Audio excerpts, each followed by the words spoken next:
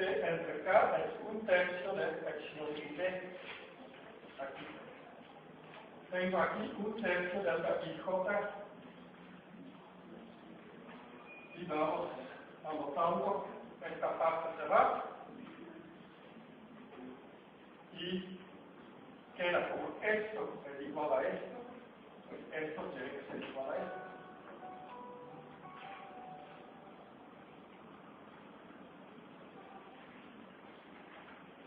No sé si hay más preguntas.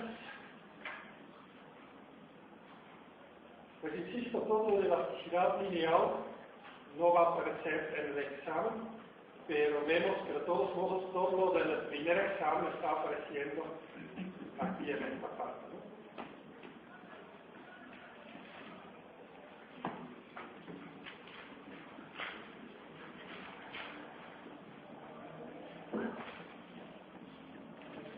Ok.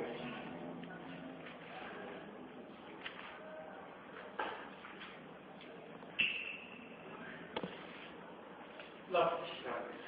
El estudio de la plasticidad, como vamos a estudiar aquí, tiene dos componentes. Tiene un tercer componente que se asocia con la problemática de que si yo tengo un material metálico, consiste de miles de millones de pequeños monocristales, todos aglomerados dentro de un policristal. Sabemos que en cada uno de estos monocristales, cuando le pasamos un esfuerzo físico constante, las dislocaciones se empiezan a mover, se empiezan a almacenar, se empiezan a multiplicar. Y esto nos va a definir un montón de cosas, nos va a definir el límite de referencia, nos va a definir la anisotropía plástica y nos va a definir el endurecimiento por trabajo en frío.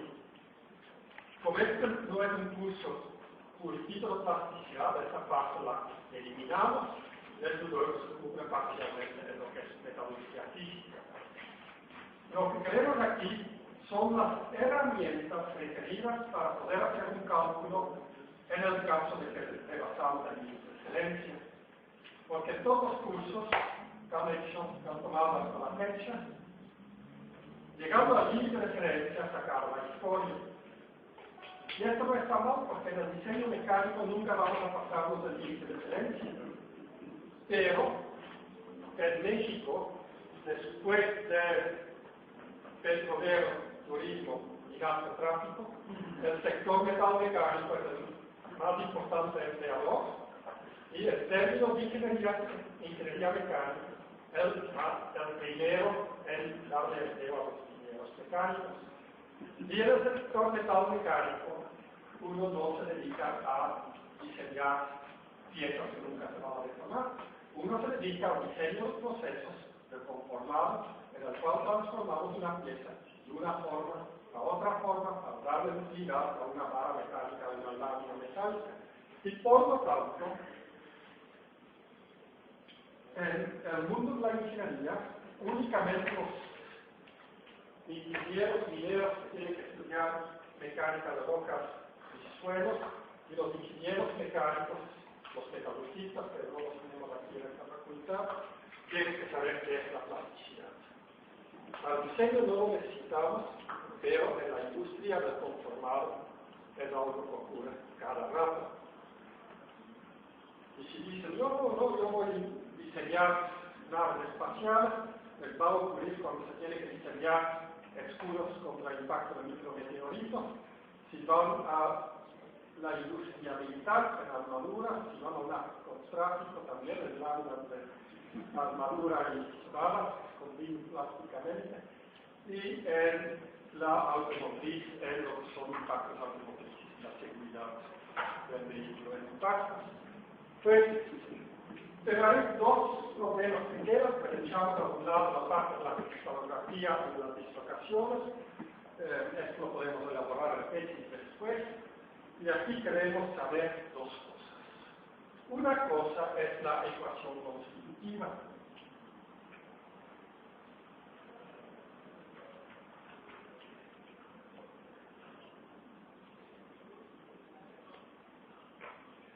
Digo ecuación constitutiva porque en este curso nada más vamos a ver una, la más sencilla y la más usada, pero en realidad son ecuaciones constitutivas, porque conforme le queremos dar más detalle a la descripción de la plasticidad, vamos a encontrar que las ecuaciones constitutivas se vuelven más complicadas y todo lo que hemos visto de matemática en este curso se vuelven matemáticas básicas y nos vamos a tener que elevar a otros asuntos. Una ecuación constitutiva que hemos dicho que se va a escribir como epsilon punto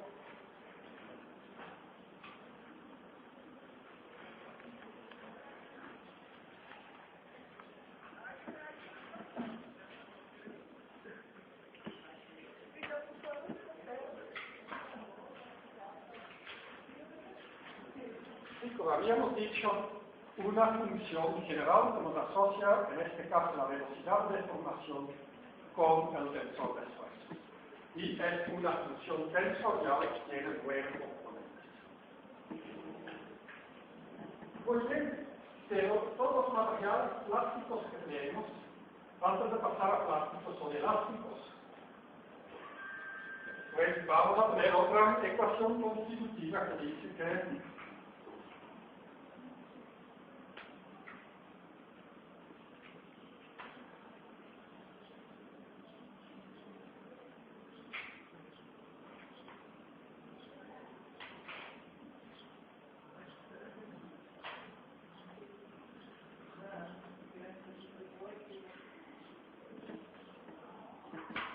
este claramente es para el material elástico y este es para el plástico.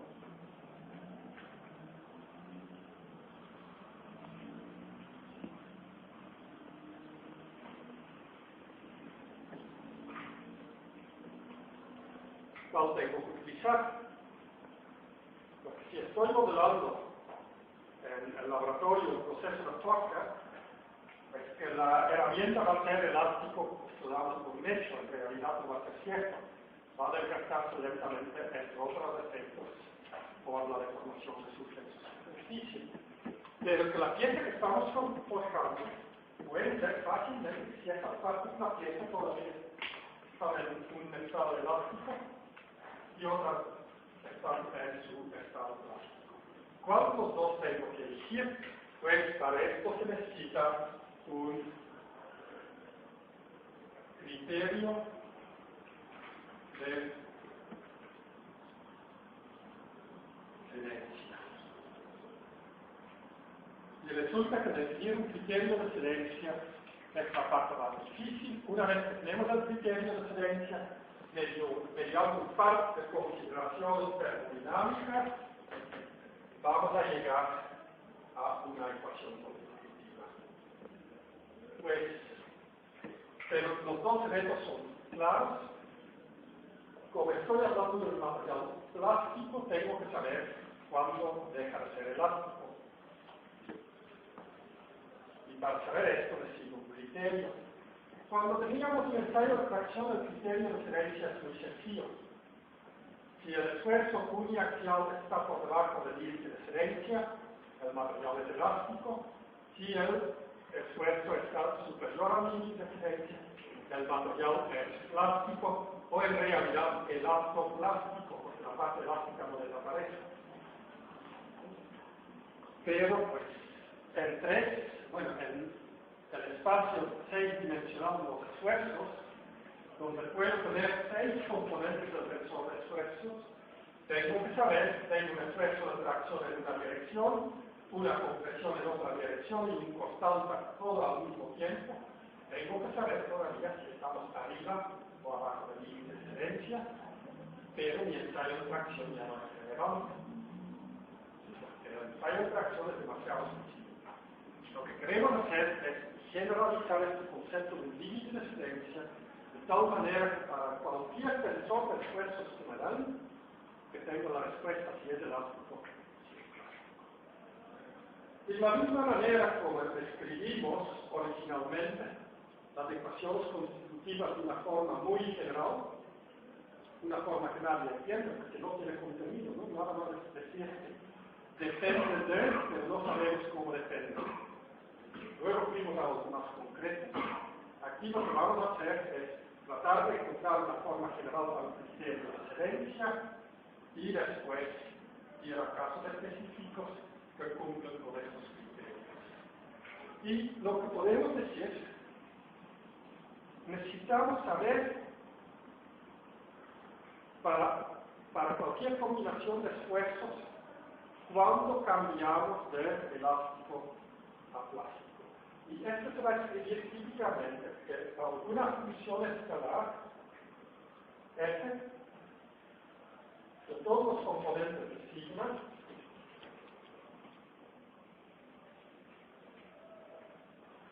es igual a alguna constante. ¿Y por qué el cuadrado? Porque históricamente, cuando se estaba trabajando en esto, es luego el primer criterio de excelencia nada más tiene la caja, no tiene el cuadrado. Pero los Mises y compañeros vieron que tiene que ser un número positivo a fuerza. Y por lo tanto, para garantizar que siempre era positivo, escribieron K cuadrado.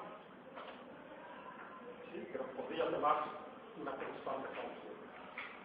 Vamos a decir, si alguna función escalar de sigma alcanza un valor crítico, es decir, K cuadrado, vamos a decir que el material pasa del estado elástico al estado plástico. Y este tipo de definición sería válida aún para materiales exóticos como arcillas o suelos sobre el cual queremos construir un edificio y donde el peso del edificio podría causar deformación permanente del subsuelo. Si esto pasa, pues desde luego esto pasa enseguida en la Ciudad de México, si esto pasa, el edificio va luego. Y les recomiendo que si están por ahí de Bellas Artes, que caminen por el lado derecho de la Alameda. Hay dos bonitas iglesias coloniales, una está inclinada aquí, la otra está inclinada del otro lado. Esto es por deformación plástica del subsuelo. Y en este momento hay que elaborar para el tipo de subsuelo que tenemos en la Ciudad de México un criterio de excelencia de tal manera que cuando yo construyo no ocurren estos asuntos. Bueno, estas iglesias estaban bien construidas, nada más cuando en el siglo pasado empezaron a bombear por el agua del subsuelo, pues hicieron sus destrozos. Muy bien. Pero ahora para plasticidad,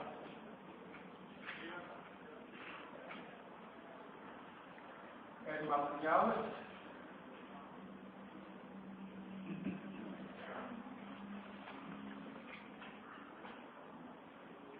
los asuntos van a ser más restrictivos. En un material policristalino, que típicamente va a ser un metal, pero puede ser en casos geológicos también, donde tenemos una piedra de guisa, un mármol, lo que sea que está deformando bajo efectos de los movimientos tectónicos, vamos a encontrar que la deformación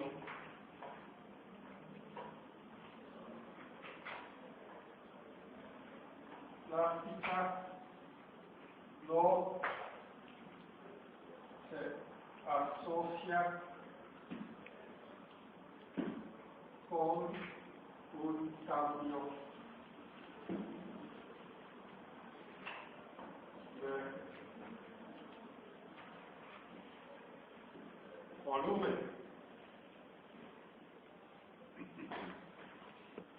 Se ha medido muchas veces y se encuentra que no hay cambio de volumen.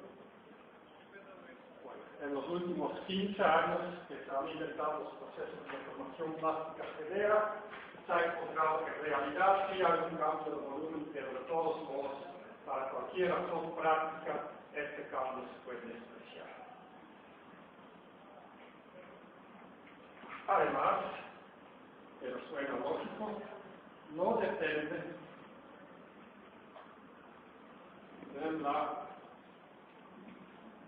presión hidrostática.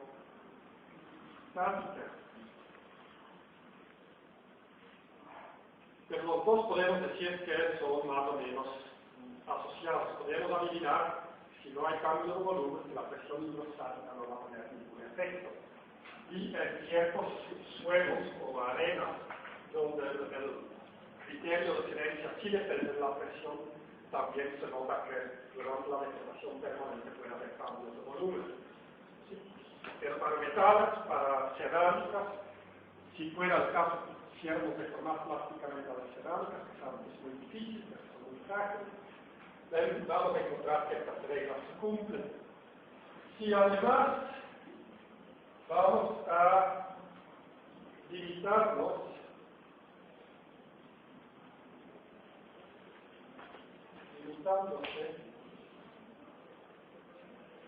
a materiales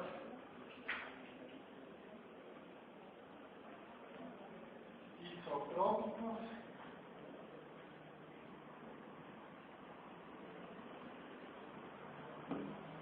vamos a poder reducir muy fuertemente este asunto. Vamos a decir materiales isotrópicos, lo hacemos como 1 y 2. Vamos a ver qué pasa, que no depende de la presión hidrostática.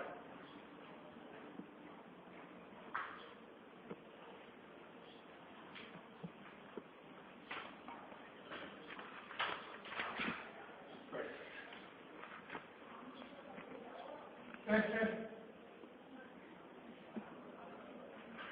de sigma es igual a K cuadrado, donde sigma es el vector, es decir, 6 componentes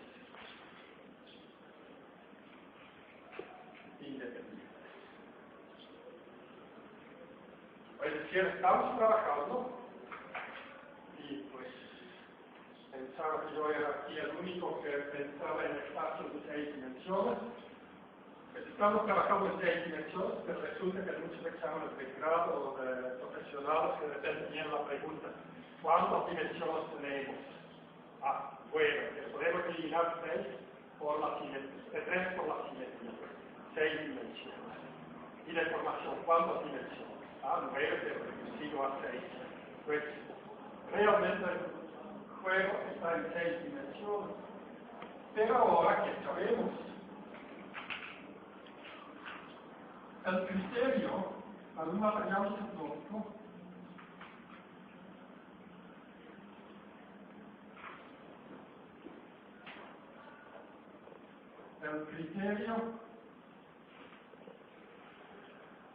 no puede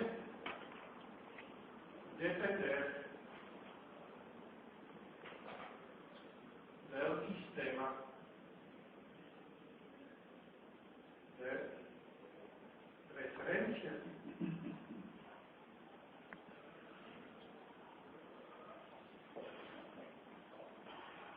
Porque no es porque quiero el dibujo de mi pieza que el límite de referencia del acero va a cambiar. ¿Sí? El límite de referencia en un proceso de forja no puede depender de cómo mi ingeniero plasma define su sistema de referencia. Y luego es diferente, ¿no? Porque está ahí al frente del capataz y aquí el ingeniero, y dice el ingeniero, ponlo un poquito más a la derecha. ¿Y qué hace el capataz? Se mueve a la derecha, dice el ingeniero, no a la derecha. El sistema de referencia es diferente. Pero sigue siendo el mismo metal, pues no puede depender de estos detalles. Pues, esto significa que se podría escribir F de sigma 1, sigma 2, sigma 3 igual a 0, igual a K cuadrado. Sería una solución, o la otra solución más general.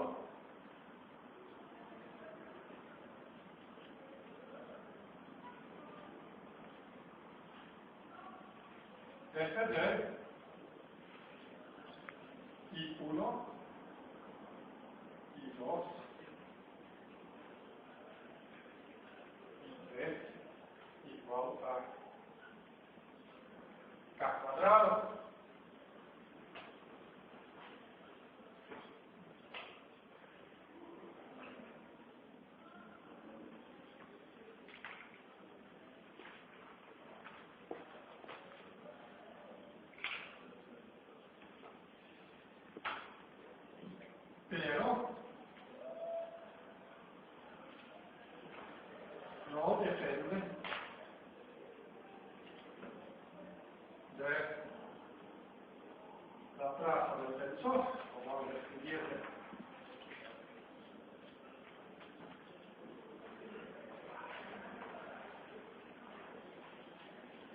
depende de la traza de sigma, en realidad podría escribir que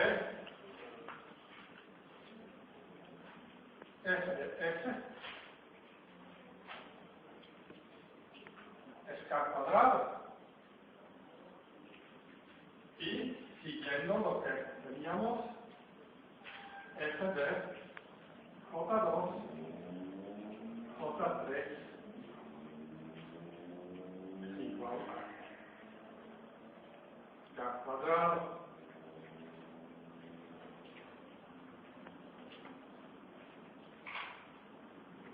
¿Por qué? No depende la presión hidrostática y por lo tanto J1 va a ser igual a 0. Esto nos permite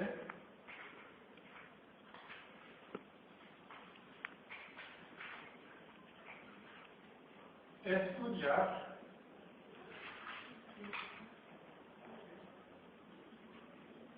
solo el desviador.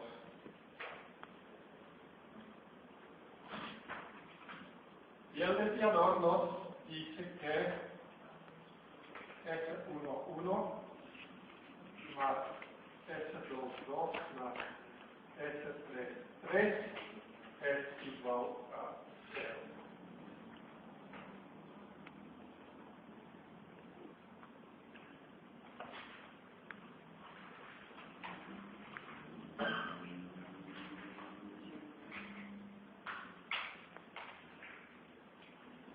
Ahora aquí tenemos que simplificarnos un poco la vida, pero pues necesitamos hablar de algunos conceptos que han estudiado cuando eran chiquitos, pero ya olvidados. Tenemos que hablar del lugar geométrico de la fluencia.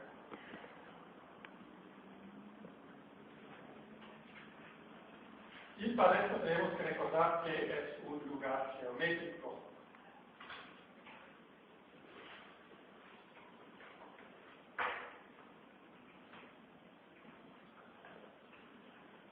Pues un lugar geométrico físicamente se va a escribir como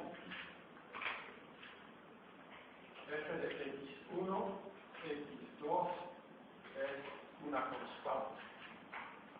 Les doy un ejemplo. Si escribo f de x1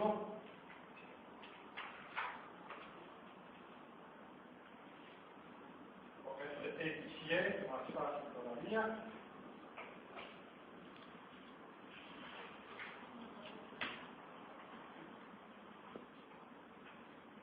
pues si escribo que f de xy es una constante, por ejemplo, f igual a 1, esto nos va a definir una colección de puntos en el plano. ¿Cuáles son estos puntos?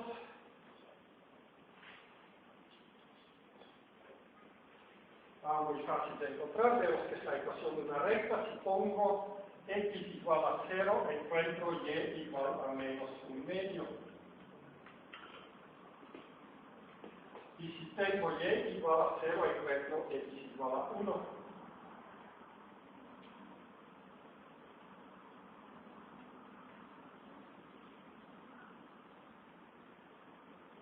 Esta recta define x menos 2y igual a 1. Todos los puntos sobre esta recta están en el lugar geométrico. Y podría escribir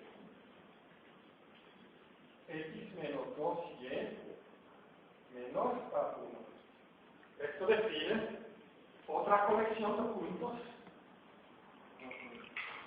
Tenemos que ver brevemente si x menos 2y, ponemos x igual a 0 y y igual a 1. Si tengo x igual a 0, estoy aquí. Pongo y igual a 1, tengo 0 menos 2, pues esta parte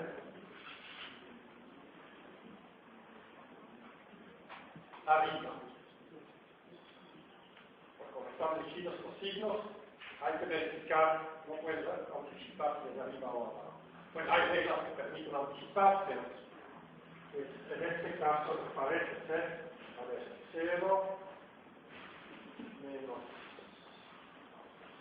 Sí, el punto 0,0 está aquí, queda. Muy bien. Esto es un lugar geométrico. Hay más bonitos. Por ejemplo, si escribo x cuadrado entre 4 menos más y cuadrado dividido entre 1 es igual a 1. Esto es otro lugar geométrico.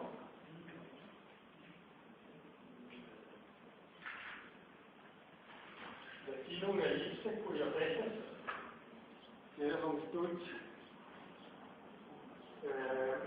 intersectan en 2 y menos 2 y 1 y menos 1, pues es un elipse en el plano X. Y si escribo x cuadrado entre 4 más y cuadrado entre 1 igual a 1, no menor que 1, estos serían todos los puntos que están dentro de la elipse, pero no incluyendo su borde, porque sobre el borde tenemos la igualdad. Y pues vemos que este tipo de ecuaciones, es decir, esta ecuación define un lugar geométrico en el espacio de 6 dimensiones donde escribimos los expresos. Esta ecuación también define un lugar geométrico en un espacio de 6 dimensiones. Es un lugar muy sencillo, pues en 3 dimensiones si escribo x1, x2, x3, producto punto 1, 1, 1, igual a 0. Este es un lugar geométrico. ¿Cuál es mi función f de x1, x2, x3? Mi función es elaborando el producto punto x1 más x2 más x3 igual a 0. Pues en este caso mi k es igual a 0 y mi función simplemente es una suma de los elementos. Pero lo que tengo aquí, en 3 dimensiones, esta ecuación, esta colección de todos aquellos puntos, todos aquellos vectores, son perpendiculares a este vector. Es un plano a través del origen que tiene su normal paralelo con 1, 1. Pues esto, para regresarnos a la plasticidad, va a definir un hiperplano en un espacio de 6 componentes. Si esta ecuación y aquella son iguales, pero uno expresado en x1 y x3 en el espacio de 3 dimensiones, aquí expresado en x1, x2, x3 en un espacio de 6 dimensiones. No es un plano, se le llama un hiperplano, un espacio de 6 dimensiones, no se dice espacio, sino hiperespacio. ¿Sí? No va a haber ovnis, no se preocupen. Bueno, dudas.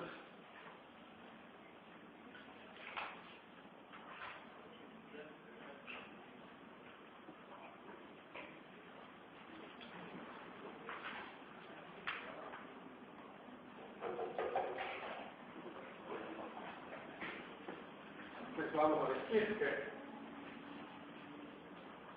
f de sigma es k cuadrado, esto es el lugar geométrico. ¿Esa acá es otra diferencia de Coloma? ¿Cómo? ¿Esa acá es una nueva cara? Sí, es una nueva cara. Y no va a ser igual a la cara Holomon, va a ser igual si tenemos, no lo apunto, pero si tenemos sigma es K epsilon a la N, pues esta K, esta va a ser, si ponemos aquí la H para Holomon, vamos a encontrar que si esta K es algo Mises,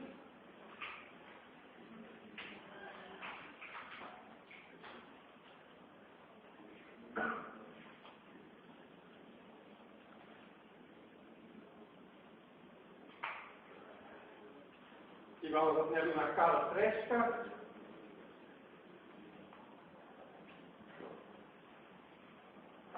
que va a ser esto, y vamos a poner la cara Boltzmann, la constante de Boltzmann, que no tiene nada que ver con esto. Pues hay que estar alerta en el sentido de que tenemos que saber qué campos estamos utilizando. Esto lo vamos a indicar posteriormente, incluso si nos da tiempo podemos hacer un pequeño ejemplo donde los dos campos cubren efectivamente el mismo. Este es el lugar geométrico de la fluencia o la cedencia. Son términos que se utilizan intermediamente.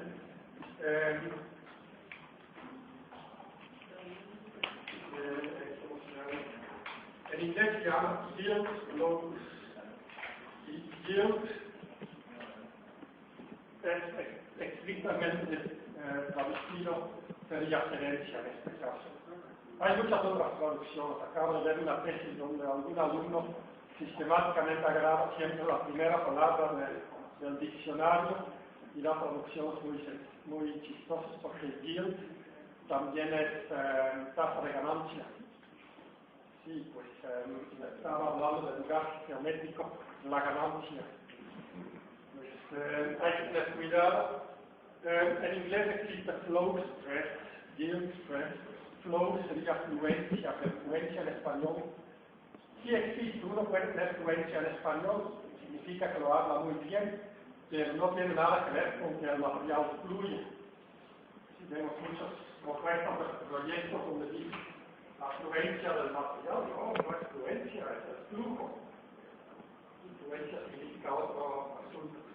Pero como flow stress, yield stress se ha manejado en inglés, en español se ha tenido esta mala tradición de decir fluencia, y aún en inglés la discusión de si se tiene que decir flow stress o yield stress es algo histórico. Hace 50 años se consideraba como yield stress cuando el material nunca antes había sido deformado, y como flow stress el límite de cedencia durante la deformación. Hemos visto que el límite de cedencia cambia continuamente si deformamos el material, y a esto algunos se le llamaban flow stress. Pero en la literatura moderna todo es yield stress, el concepto de flow stress ya casi no se ve, y por lo tanto en español como en inglés se mezclan los conceptos libremente, aunque fluencia en español es otra cosa. Ok, lugar geométrico de la cedencia. Ahora, como digo, en este espacio de 6 dimensiones, nada más necesitamos considerar un subespacio definido por esta ecuación. Y este subespacio es el plano, realidad es un tipo plano, que tiene 5 dimensiones, el plano I mayúscula, cuya ecuación es S11 más S. Bueno, después escribir no hay problema. Sigma 1 más sigma 2 más sigma 3 igual a 0. Me gustaría dibujarlo para que lo vean, pero nada más tengo 3 dimensiones disponibles y este plano pi está en 6 dimensiones, pues 5 de 6. Pues no lo puedo ver. Y lo que se puede hacer es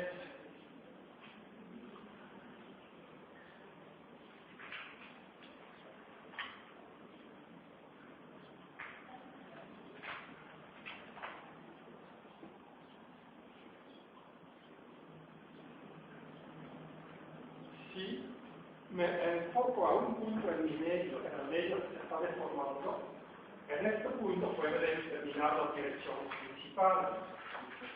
Para cálculos no es muy práctico, porque en el punto vecino donde la deformación es diferente, el sistema principal es diferente. Pues el cálculo con direcciones principales no nos ayuda. Pero para poder hacer un dibujo, para poder explicar lo que estamos hablando, si considero las direcciones principales, ya nada más tengo F de sigma 1, sigma 2, sigma 3 igual a 0. Es el mismo criterio. Si es la misma función, nada más expresada. Estos sigma 1, sigma 2, sigma 3 se pueden escribir como funciones de las sigma 1, 1, 1, 2, etc. Pues sigue siendo la misma función, nada más con sus argumentos ordenados de otra manera. Y en este momento puedo escribir el plano pi como sigma 1 más sigma 2 más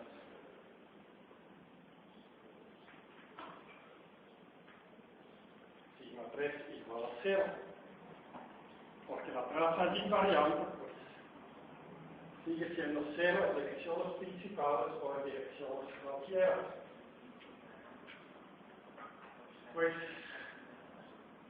y en este caso se puede graficar el eje x1, x3, x1, x2 y el vector 1, 1, 1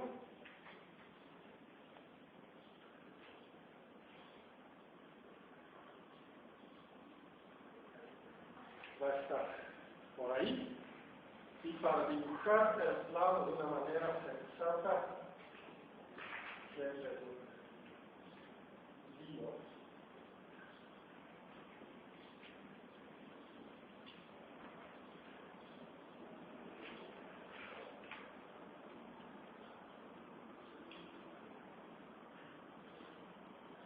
bueno, no se puede dibujar exactamente, pero pues el plano pi será el plano perpendicular a este eje.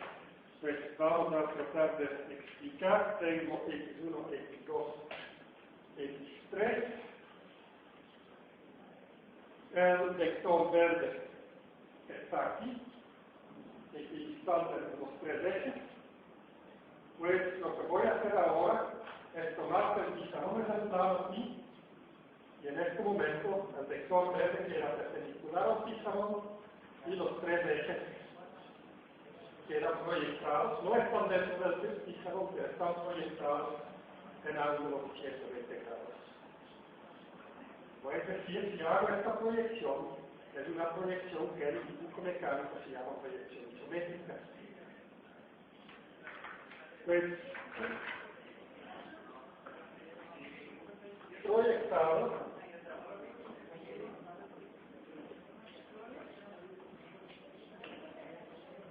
me va a dar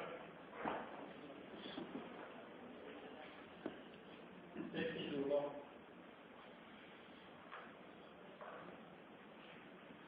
x2,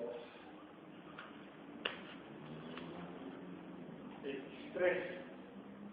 Y en esta proyección puedo presentar gráficamente mi criterio de selección. Y claro, siempre que esto es el plano pi, metiéndole una mayúscula pi en el dibujo.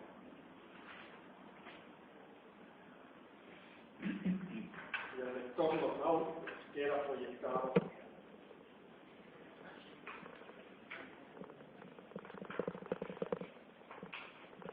En la realidad, cuando vamos a cálculos matemáticos más avanzados, no utilizamos el sistema de x principales. Simplemente utilizamos números, y si son números no hay problema de trabajar en 5 dimensiones. Pero para poder visualizar, para poder graficar, es práctico esta ejercicio. Muy bien.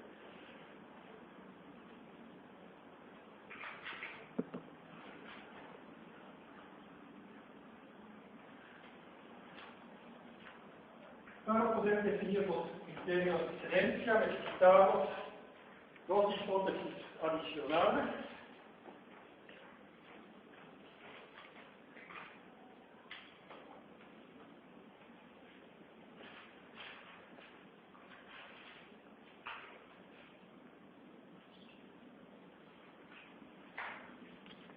El primero es que no hay efecto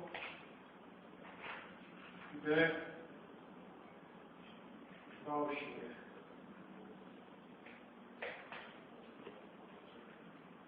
¿Qué es el efecto de Cauchy?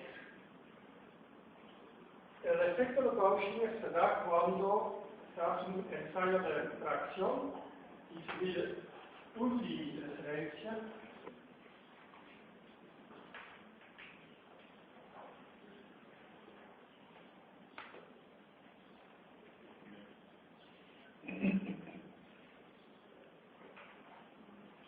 o cuando se hace un ensayo de compresión. En compresión voy a tener esfuerzos negativos, deformaciones negativas y encuentro sigma prima otro límite de excelencia. Si el material ha sido deformado previamente en otro proceso, siempre va a haber efecto de Cauchy. Pero para materiales que han sido recocidos previamente, nunca se ha logrado encontrar efectos de Cauchy. Pues en el caso, si sacamos material directamente del almacén y empezamos a toscar, pues no vamos a tener efectos de Cauchy y podemos considerar que el efecto de Cauchy es sigma C diferente de sigma C prima. Compresión y tracción no nos dan el mismo resultado, o podría ser igual, pero si hago torsión en una dirección, mido el límite de excelencia y luego giro en la dirección opuesta, que voy a obtener otro límite de excelencia. Vamos a decir que esto no lo consideramos en estos cálculos. Tengo un alumno de doctorado que estaba batallando con esto, pues no se preocupen ustedes. Pues es la hipótesis común. Y otra cosa es que el lugar geométrico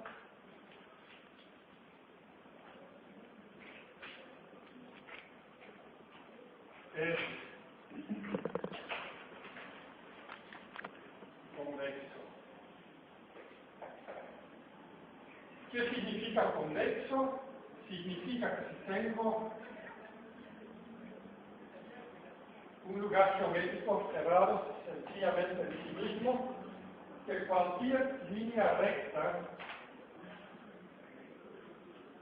que conecta dos puntos en el lugar geométrico, que todos los puntos de esa recta están dentro del lugar geométrico. Es el ejemplo que doy.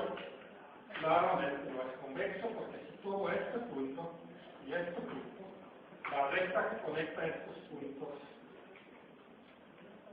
sale del movimiento. Pues esto es focal. Esta zona del volumen es convexo. Pues convexo focal es el ejemplo. Pero lo que se considera es que para que sea convexo, que no puede tener ninguna zona que fuera concava.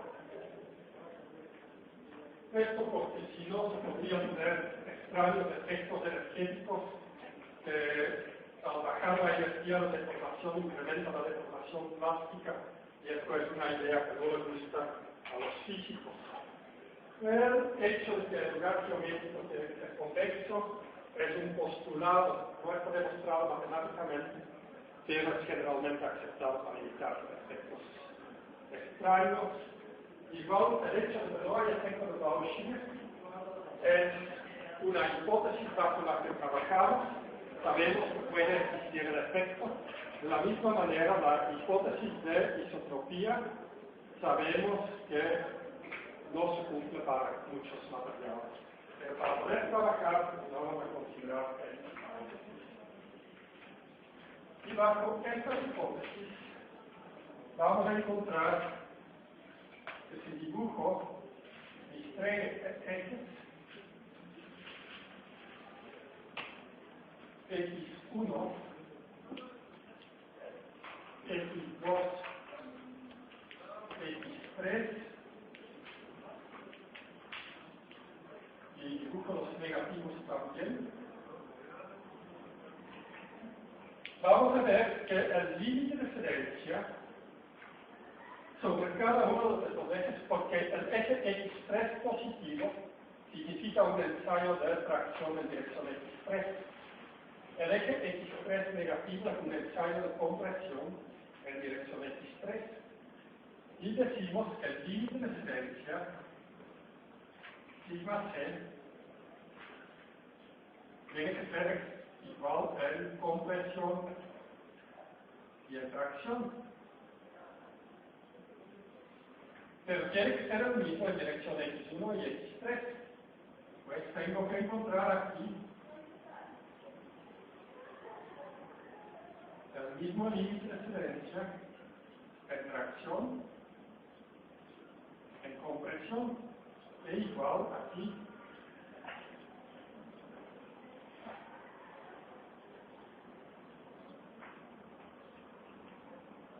Pues el lugar geométrico tiene que tener esta simetría hexagonal, porque tiene que tener la misma, igual para cualquier punto intermedio. Lo que tengo aquí tiene que ser igual a lo que tengo aquí, pero también tiene que ser igual con lo que tengo aquí. Y el resultado es que en realidad nada más necesitamos definir una doceava parte del lugar geométrico para tener todo el lugar geométrico. Porque no hay efecto de Bauschnitt, pues el límite de diferencia positivo negativo es igual, y puedo intercambiar libremente los ejes porque el material es isotrópico. La hipótesis de que no depende de la presión hidrostática está ya incorporada en este dibujo. Nada más. No sé si saben por qué.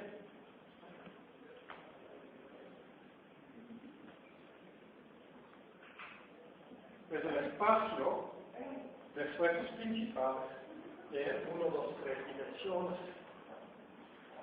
¿Sí? Pero como tengo la ecuación del plano pi, solamente tengo que investigar estados de esfuerzos que están dentro de este plano pi. Es el puro hecho que estoy dibujando en el pizarrón, en un plano y no en el espacio, significa que ya tomé en cuenta mi hipótesis número 2. ¿Sí? Ahora, la hipótesis número 4, vamos a decir esto es la 3, esto es la 4, me va a dar una consecuencia interesante. Vamos a considerar primero una serie de líneas que conectan con los sigma C y que van a definir un hexágono regular. Si el dibujo está bien hecho, definen un hexágono regular.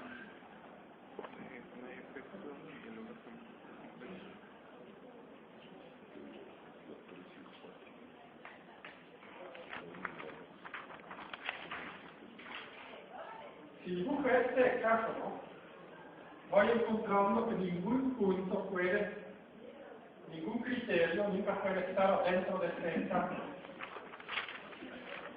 porque necesito llegar a sigma C, necesito llegar a sigma C aquí. Es decir, algún punto de mi criterio estaría aquí adentro y tengo una superficie colocada. Pues el lugar geométrico forzosamente tiene que estar aquí afuera, porque si no la curvatura sería negativa y tengo este problema. Puedo definir un segundo juego de líneas que van perpendicular a los ejes.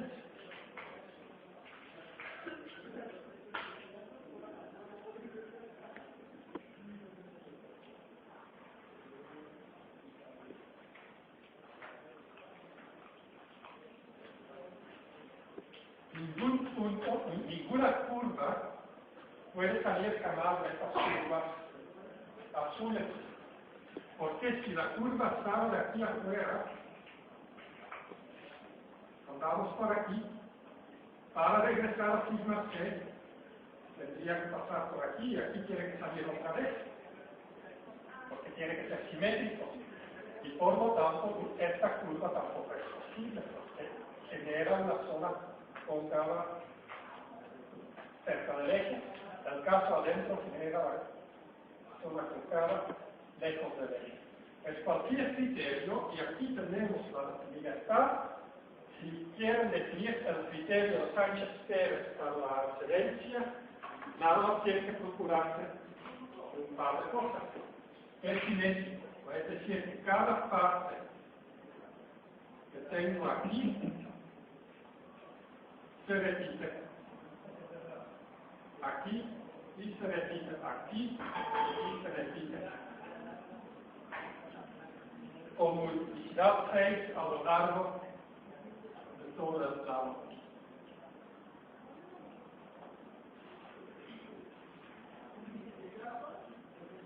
Pero si el criterio de Sánchez-Pérez sale de lo azul, entra en lo verde, como no está repetido 6 veces alrededor del plano pi, vamos a recordar a Sánchez-Pérez, ¿no? Y esto es lo que históricamente se ha hecho.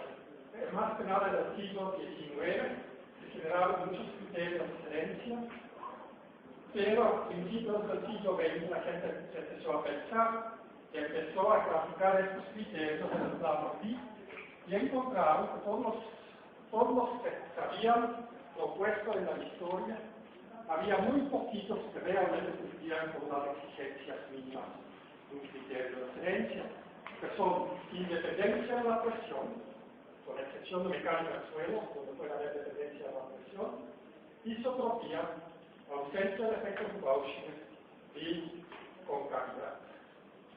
Convexidad, perdón. Teniendo esto, cualquier de estas formas podría ser un criterio de referencia, y ahora la condición f de sigma igual a k, la podemos indicar aquí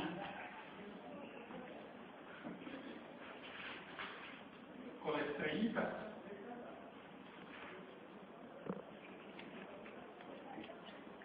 Esto es un estado, significa que esta combinación de componentes del tensor de esfuerzos nos va a decir que el material está en un estado plástico.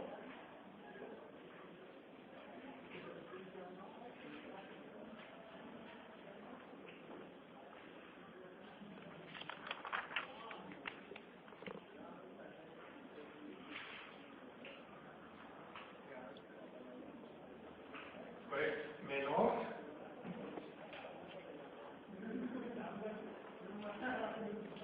serán estados elásticos.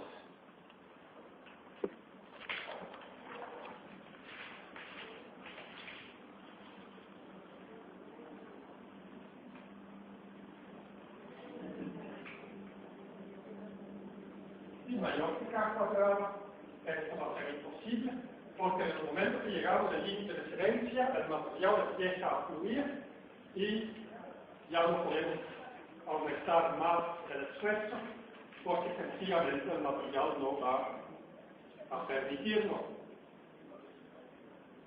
El caso imposible se utiliza el algoritmo de búsqueda y queremos saber si estoy aquí, estoy en un estado elástico y aumento, por ejemplo, la deformación, queremos saber si vamos a llegar al estado plástico. Ahí se utiliza una solución de ensayo que va a llegar afuera, y si llegamos aquí, afuera, al calcular la longitud, la relación de longitudes puede reducir el paso de ensayo de tal manera que se pega directamente sobre el lugar geométrico de la afluencia, o tal vez con una o dos iteraciones para pegarlo sobre el lugar geométrico, para que la solución que damos ya no está afuera, porque físicamente es imposible, sino que está justo sobre el lugar geométrico de la afluencia. Pero en la física del problema podemos estar adentro y estamos en el estado elástico, o podemos estar encima y en este momento en el estado plástico. Pues esto para poner la siguiente semana hacemos el examen el martes. El miércoles nos dan un repasadito a todo esto porque el jueves vamos a seguir sobre el tema y pues